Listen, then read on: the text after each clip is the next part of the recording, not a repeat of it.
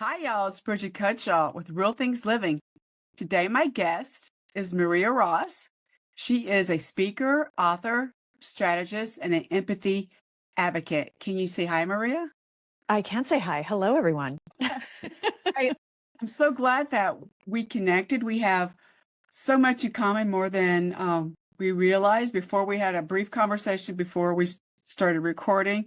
She has an amazing background, and I love her perspective on being empathetic because of her unexpected health issues. And Mhm. that is something that definitely pivots and changes your life. Yeah. It doesn't matter what kind of health issue you have, you've got to reflect on that. And I Mhm. guess I understand that you are definitely empathy advocate. That's what I understand. And can you tell us what prompted that? I saw. Yeah, for sure. Yeah, so I have been a brand strategist and a marketing consultant and a business owner for a long time, and I've written a few books, and then as you mentioned, I had a health issue where I had a ruptured brain aneurysm, and am lucky I survived. I had amazing doctors and amazing care, and was just very fortunate to be in the right place at the right time. And that was a very obviously life-changing experience for me. I had to learn how to work differently and function differently. I had a miraculous recovery, but a big part of it was the care and the healing that I got in the hospital where I almost died. So when I became well enough, I mean, that's a whole nother story, a whole nother book about that experience. But when I became well enough and started getting back on my feet, I decided to volunteer at that hospital. And what I found was that it wasn't an accident that my experience was so that it felt like everyone was being so empathetic to me. It was actually empathy by design from the organizational standpoint. And they follow a policy called patient and family centered care, which puts the patient and their family at the center of the care experience. And what that looks like is that they actually get feedback and get constant advisory from patients and their families so that they can create policies and procedures and communications that make the experience better, so that they can train their people to interact with patients and interact with families in certain ways. And so it was this really eye-opening thing for me as a business strategist of like, you can actually scale empathy. You don't just have to get lucky enough to have nice people in your organization. You can actually make it part of the culture, part of the communications, part of the training, so that the experience that is delivered feels empathetic to the person. It's not fake. It's just helping them understand with intention things like letting me choose my own food from the hospital food menu, right? Or no visiting hours. My family and friends could come and go as I needed them. So things like that were all put in place based on the patient point of view. So that was like my first tickle about empathy. Then in my work, I had companies that wanted to be seen as empathetic by their customers. And that required some digging of like, well, what do you actually mean by that? And are you actually empathetic? And so it was really just about creating a connection and engaging with people by really understanding who they were, what they care about, what their goals are, their values. And then finally, I had a son later in life. And when he was about 2.5, it was about 2016. And I was feeling very disheartened by the examples of leadership in our world, in business, in politics, in anywhere.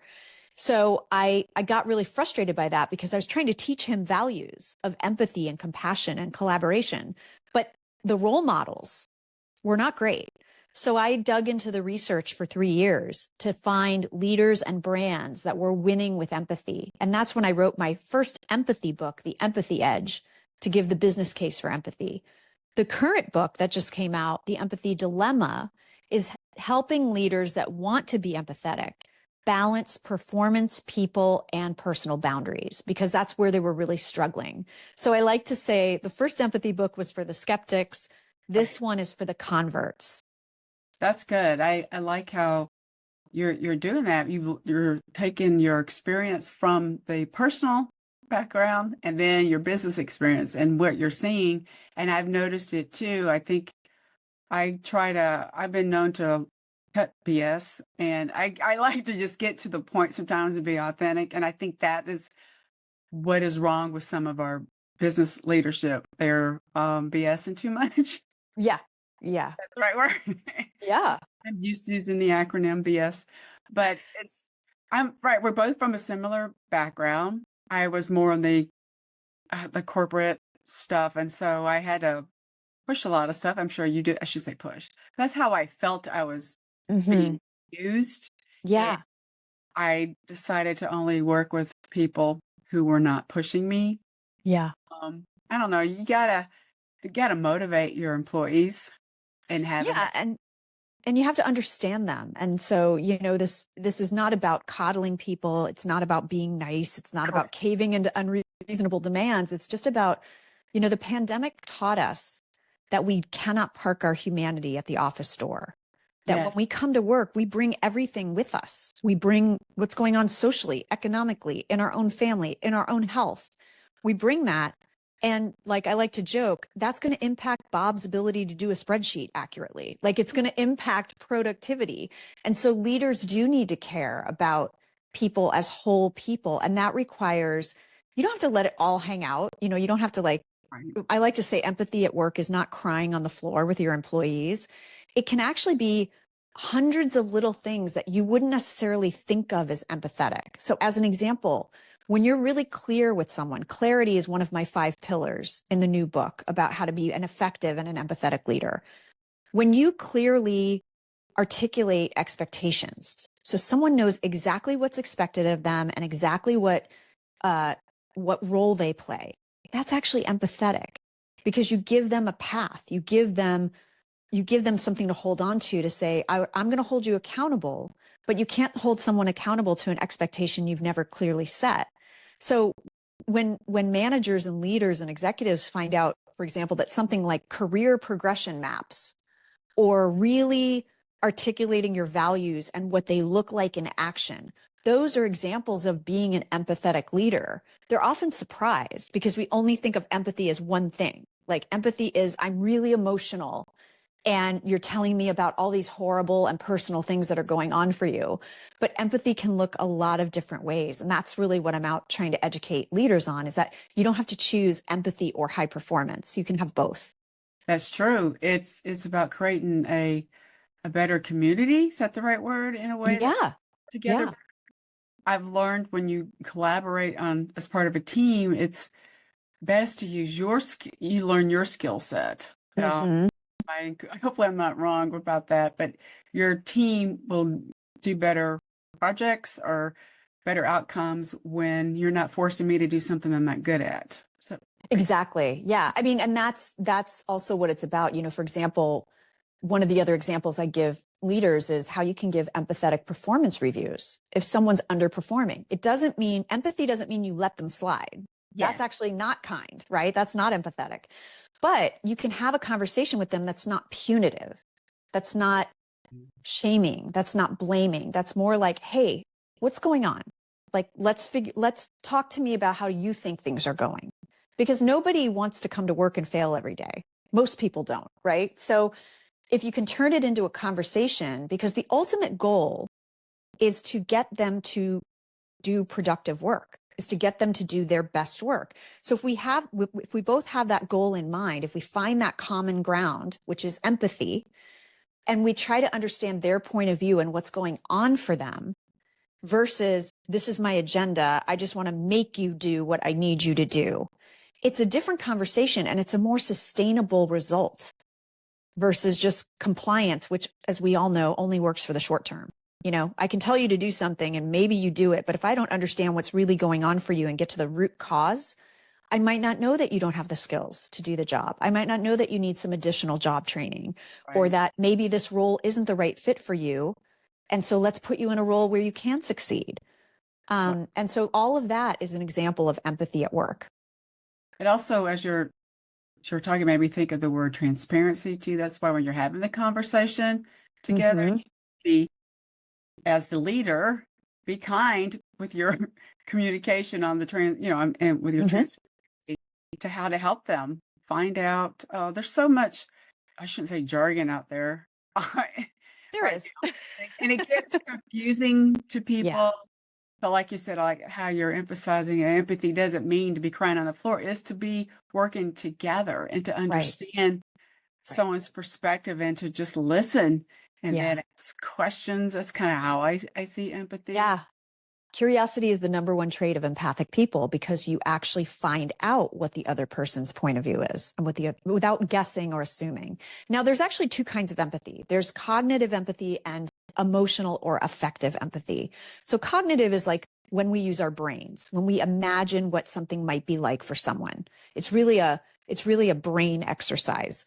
And that can, we can many of us can access empathy that way, especially if you're more an analytical person or a more left brain type thinking person. Maybe that's your pathway into empathy, is just try to imagine or think ahead.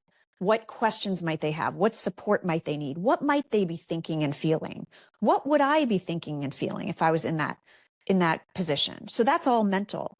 Then emotional and affective empathy is when you actually share the emotions with someone.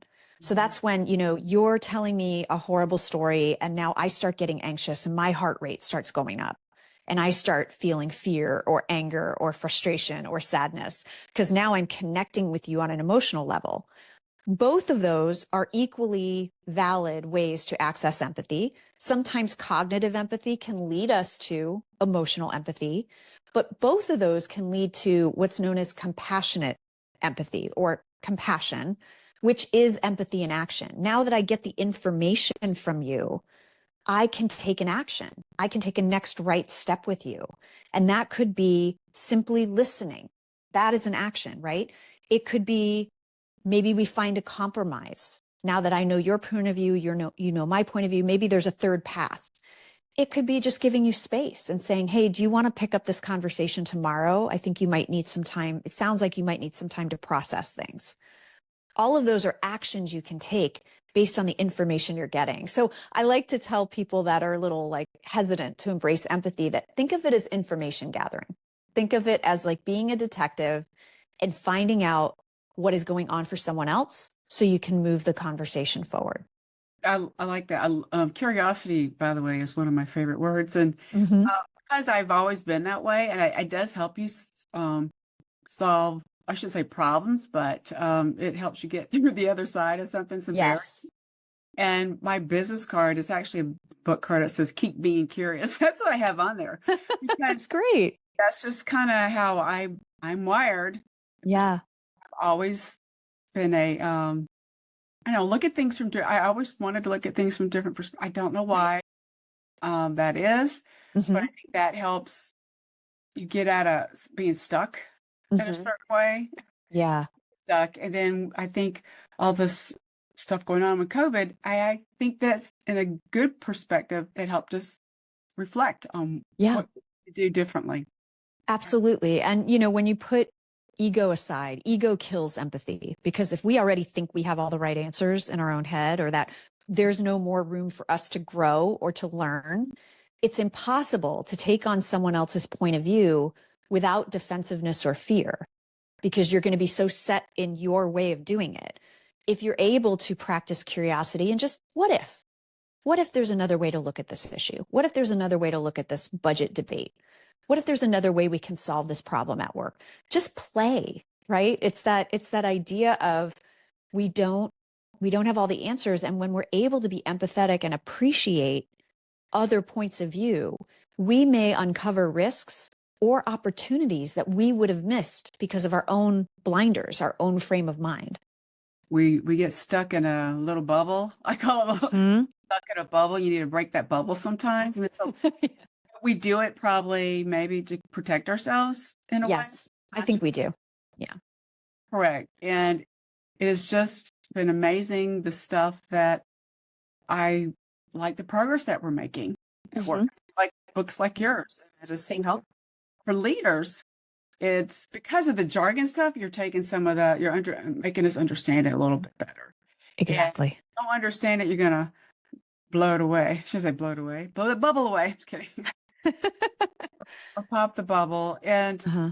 so what do you think setting goals for in a business situation, should they do it independently? You know what I'm saying? Or Yeah. manager, or I should say manager, sorry, leader is a better word. Yeah. Well, I mean, this is why I'm very much a proponent that empathy flows both ways. And it isn't just the responsibility of a leader and employees to just cross their hands and say, what do you got for me? Right. But we have to be training everyone on how to strengthen that empathy muscle. We as humans are born with empathy. Science proves it, barring some outlying psychopathies where people can't access it. And so what happens is the muscle atrophies for some people based on upbringing or based on situation, where empathy is not modeled and rewarded and celebrated. Just like when you don't go to the gym for a while or you don't exercise for a Right. while, your muscles are still there, but they are a little weaker. And so we as adults can intentionally create new habits and we can practice empathy, but it takes practice. It's not sort of like, one day I decide I'm going to be empathetic and I'm going to implement all of these things at the same time. And all of a sudden I will be empathetic, right? It's hard. It's really hard. And I'm always working on it. Like my husband is often like, you wrote a book about empathy. I'm human. I'm not perfect either, but, I think that that's the important thing. And so with the 5 pillars that I wanted to give leaders to look at, to say, if they're feeling burnt out in the name of empathy, if they're feeling like I'm trying to be an empathetic person or colleague or leader, but performance is slipping, or I'm taking on more work or whatever, I wanted to give them these 5 pillars that if they shore these up, they are better able to be both empathetic and effective at the same time. And they come from research, they come from hundreds of interviews with leaders who are both effective and empathetic. And sort of, I tried to deconstruct the recipe of what were the common threads with these people. And it was these 5 pillars. And to your point, the first 2 pillars start with you as an individual. The other 3 are about interacting with others. So the first 2 pillars are self-awareness and self-care, because we have to get our own house in order before we can make room for someone else's perspective. So self-awareness, to your point, do you know your strengths? Do you know your blind spots? Do you know your emotional triggers? Do you know what you bring to the interaction that could make it negative or positive, right? So being aware, being curious about knowing that you are not a perfect leader or perfect colleague. So those were the people that I spoke to. A lot of those leaders take leadership assessments, they take psychological assessments, they have coaches, they do the work to understand how they show up. And then self-care is really just about refilling your tank. Because if you don't have capacity, you can't be empathetic with someone else. You're going to be in self-preservation mode. So what is self-care? That's whatever recharges you. It doesn't have to be, it's not massages and manis and petties. It could be yoga. It could be meditation. It could be rock climbing for some people. It could be running. It could be knitting. It could be prayer. It could be whatever recharges and refuels you. And then we go into clarity, the 3rd pillar, decisiveness, the 4th pillar, and joy is the 5th pillar. And that's about how you're interacting with other people. So clarity, we spoke about earlier about, when you're clear, you are looking at things from another person's perspective and clarifying things for them so they know what is happening, they know where they stand, they know what's expected.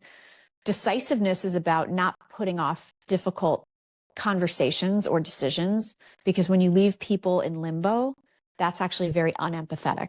They don't know where to go, they don't know what to do next, they don't know if their work matters. And then finally, joy was one that I added later, because I think you mentioned the point earlier about sort of like camaraderie and creating an environment where it doesn't have to be funny. Like, you don't have to be the funniest boss in the world. It's about creating moments of levity and encouraging connections, encouraging workplace friendships, encouraging team building, so that people can get to know each other as more than just their role. And then I'm more inclined, to support you or to pick up the slack for you or to try to understand your point of view if I can share an experience with you. And also, productivity, engagement, performance, innovation all go up when we're in an environment we enjoy being in. Like, it's sort of, oh, duh, right? But leaders can help foster that. They don't have to come up with all the ideas. They can get ideas from their people, but How are you encouraging that? Are you sitting in your office with the door closed and you don't talk to anybody unless they've done something wrong? You're probably not encouraging joy. Right. Are you creating opportunities for people to get to know each other? Are you opening meetings with like, hey, what happened for you this weekend? What went on? Just creating those moments of levity, even when the work is not necessarily joyful. And when you have those pillars all sort of strengthened, it creates an environment where you are comfortable enough to be both empathetic and still have high expectations of people at the same time. I think that's definitely okay. You just need to set the right environment. And a couple things that popped out to me. One was burned out. I hear that a lot from Yeah. people getting burned out because they probably aren't feeling maybe, I should say appreciated, but Mm-hmm.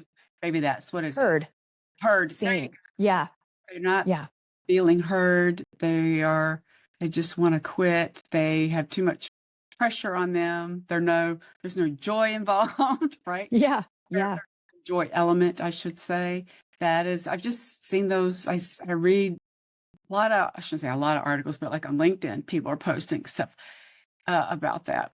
Mm-hmm. And I'm just fortunate it helps me too to ask the leader if I have someone I'm reporting to, can you help me?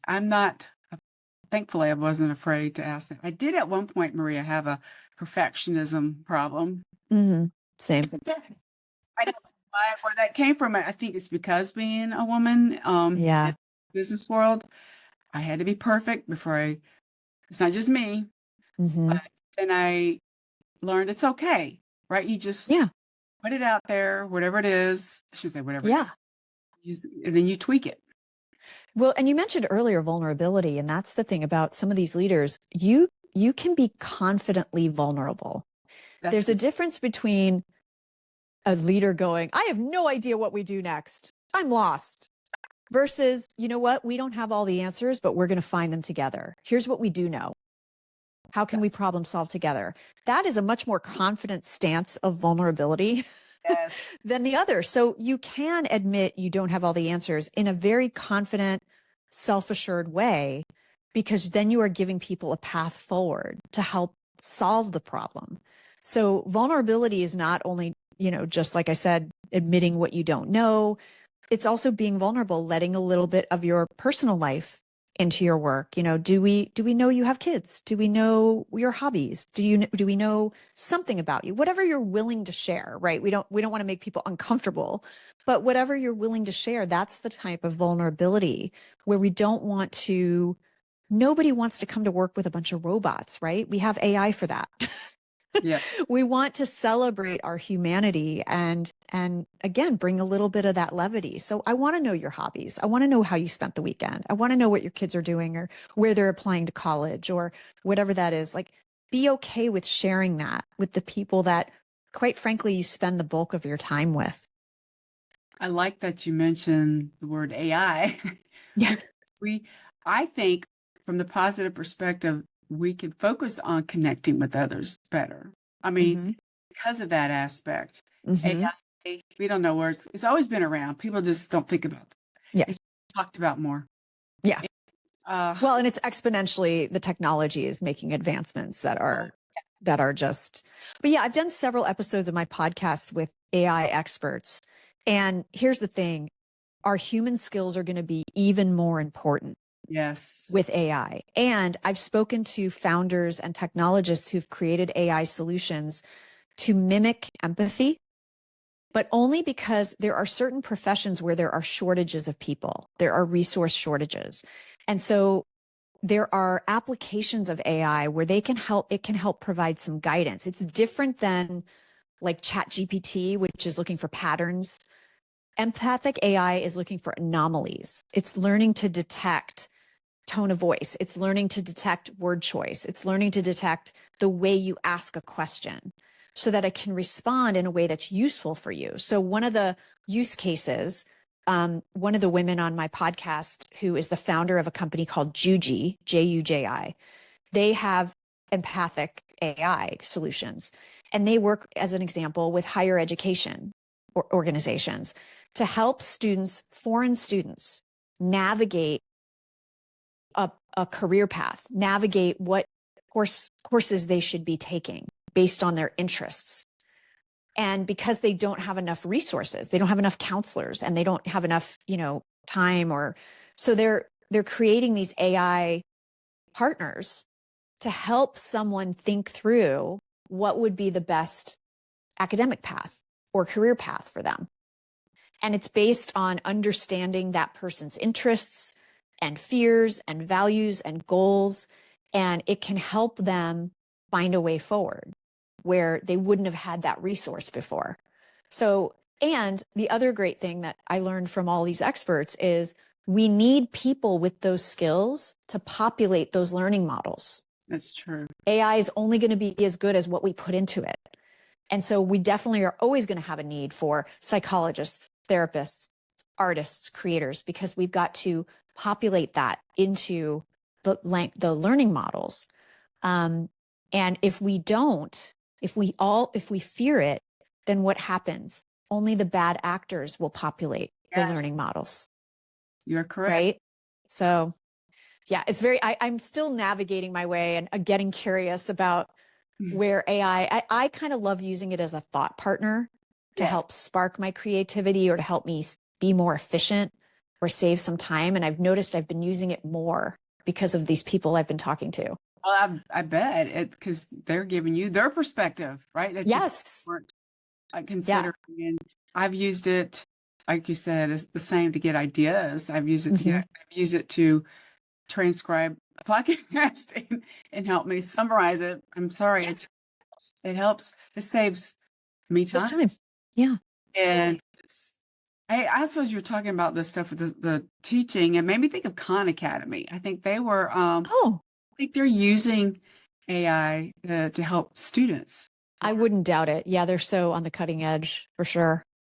Khan Academy, I don't know how many years it's been out. Been out for a while, but changing. I think it was free. I don't know if it is now. My kids are men now, but so I don't really look at it anymore. But when it first came out, I was curious. I'm like, what is this? So I just check it out, make sure it's safe. Yeah. And that's what it is. You just need to be open. You need to be transparent, but not to a certain degree at work. You know what I'm saying? You don't want to. Yeah. I mean, I think that's where some people take that too far. Right. Maybe it's my generation, but it was actually my sons who convinced me to start blogging. Isn't that funny? Like, yeah, because they're from that. We didn't do that. Right. Well, that's one of the things that I write about in the book that makes empathy at work hard is generational conflicts. Yes. And we have to remember that different generations have different operating systems. There's a woman named Anna Lyotta who wrote a book called Unlocking Generational Codes. That's the book I always recommend to people about understanding the operating systems of different generations without judgment, not good or bad. And her premise is that generations' viewpoints are formed usually by events that happen when they're around 10, 11, or 12. And their worldviews are formed based on that. So when you think about, we've got 5 generations all working together in the workplace right now. And so you look at assumptions. This is where clarity comes in. You look at assumptions like, what is professionalism? What is work ethic? What is effective communication? Those are different depending on which generation you sit in. And they're not right or wrong because everything evolves. So, but you can see where it's ripe for misunderstanding. One thing that really stuck with me was when you think about the way different generations look at, to your point, vulnerability and sharing. Older generations tend to look at information as something to be hoarded and guarded, and that's how they're going to get ahead. Younger generations look at information as a way to solve problems. And the more that we democratize information, the better we can solve problems. So put those two groups in a room together, and you can see where you have to have empathy to understand that there might be a different way of looking at something. Or, again, like I was saying, what is professionalism? What is work ethic? We cannot make these assumptions anymore because people have different viewpoints that are not right or wrong. They're just different. Right. And I'm so glad I learned from my, I listen to them and I Mhm. want to know what the cool thing is. I mean, I do. I should say the cool thing, but I want to know what's going on. And one is Right. Right. a developer, right? I want to, right. So he understands how that works. It's just, we just need to be open. Yeah. Yeah. Be stuck. Again, you get stuck if I'm not listening to other Right. perspectives. And I think maybe my perfectionism probably came from, I was born in the 60s and grew up in the 70s. Like you mentioned the 10-year, I had to think how old, what year was it when I was 10? I had to think Yeah. mid 70s. And Hmm. that was, what's the word? A lot of, A volatile time. it was very volatile, but a lot of Hmm. women rights stuff was going. Yes. And I think maybe that's why, see, I'm wearing pink. But I mean, it's just ingrained in my brain. And my father that raised me said that I could be anything I wanted to be just because you're a girl. You could see, I was around that age. So I'm so Hmm. grateful for that because some people were, I shouldn't say afraid, but Hmm. I'm just known, Maria, for speaking up, but in a Hmm. nice way. But that's Yeah. just how, I don't know why I'm wired that way. And maybe I got Yeah. it from my mother. I don't know. Right. It's just, Well, and it really doesn't matter oh, why. it does it, but It's that's just just that you know that you possess that strength. And uh-huh. you also know that it could, we all of our strengths have a shadow side. Yes. We have to know our strengths and understand where they could go wrong from an interaction perspective. And that's where empathy comes in of like, it's not just about what I'm bringing to the interaction, but how it's being received. And that requires me to know who my audience is and whom I'm Yes. talking to so that I can deliver the message in the best way possible. And I know that sounds like, well, then I'm just bending over backwards for other people. I Uh, always go back to goals. yeah. What is your goal, right? If you're a leader who complains all this human centric workplace stuff, all this mumbo jumbo, okay, fine. Do you want to hit your number this quarter? Do you want to be a market leader? Do you want your company and your team to continue innovating? If that's your goal, then maybe you should pull up a chair and listen because the data and the research supports that leading in this way fosters more of that. So It, I try to get people where they are and not just, be empathetic because it's the right thing to do, even though I think it's the right thing to do. The moral imperative hasn't worked. So we need to help people understand how it can benefit them. Because once they're empathetic, it doesn't matter why. It doesn't matter if they're doing it for selfish motives. I said this in my TED talk. If you get them to see another person's point of view, they're seeing another person's point of view. They're having a conversation. They're in the room with the person they wouldn't have been in had they not decided to go there. That's going to change them. That is going to impact them from the inside out or from the outside in. It's going to transform them. So you can't unsee someone else's point of view, no matter what the reason is that you decided to see it in the first place. I like how you're explaining all this. It made me also, it clicked a word in my mind, value. How we Mm-hmm. want to understand that we each have we have value. And I Mm-hmm. think that is my understanding, what I've read. I don't know if it's true. A lot of the younger generation, they're all like dealing with depression and I don't know what, I'm not a psychologist, but Mm-hmm. maybe they don't feel valued because Right. people are, People are constantly calling them entitled and lazy. That yeah, would there you go. impact me too. Yeah. That's what it is. That's what it Which is is. not true, right? Like we've seen it and we've seen that like if you can be empathetic and get past these generational conflicts and these generational differences and understand what different generations bring to the table, Gen Z, younger millennials, they will be so loyal and Mhm. they will work their tails off when they feel seen, heard, and valued. And if that's ultimately what you want, then it's do whatever you need to do to get them there because it will pay off. It'll pay off in you actually achieving your goals as a leader or as a C-suite leader or whatever. Yeah, we need to do that. We need to appreciate what they provide and not Yes. down. And that's why I've always, even though I said I speak up, I still listen and ask questions. And then I'm really Mhm. careful on how the words, are coming out of my, Land. depending Hmm. on who I'm talking to. And Yeah. it's easy with my husband, but Yeah. that's just how it is when you've been married a long time. Yes. Yes. You I get it. hear But you. knows me. He knows that that's just how I am, and he Yeah. appreciates it, and I appreciate him. But Hmm. we just got to appreciate each other. And I think in this, you use the words compassion and being active, but we just need to go, do what's right for us, I think, and to Right. also help other people, especially the next generation. And I Yeah. think this Empathy Dilemma book, I'm looking at your book behind you. I think it's a really great. We just need to understand this. This will help this younger generation. We Yeah. Yeah. have and people we don't understand, and I don't talk bad about them, right? Well, and I think the biggest thing I want people to take away is that empathy is a strength. It's not a weakness. And it actually requires a lot of strength to be empathetic. People say, I don't want to be empathetic at work because I'll be perceived as weak. But it takes a lot of strength to stand in your own value and be able to be open enough to hear another perspective or get curious about another perspective without that fear, without that defensiveness. You actually have to be a very strong person. And Right. that's why, in my first empathy book, I gave tips for how to strengthen your own empathy. And part of that was about building your self-confidence, practicing presence, again, get that idea of getting your own house in order before you can show up with empathy. That's true. So I feel like, if you are an unempathetic leader, it's actually a sign of weakness. It's a sign of fear and it's a sign of insecurity. That's true. And fear is not going to help us move forward. No, What you're focusing on. I mean, we all experience fear, but we need to, like you said, we go need to back. manage it. We need to Yeah, manage our way through it. Right. Hmm. manage it. Oh, this is so really insightful, Maria. I really love this conversation. Where can people learn more about you? Well, they can go to the book site, theempathydilemma.com, and that is a page on my website. And they can find the book. They can get a free chapter of the book there if they want to just check it out with no risk.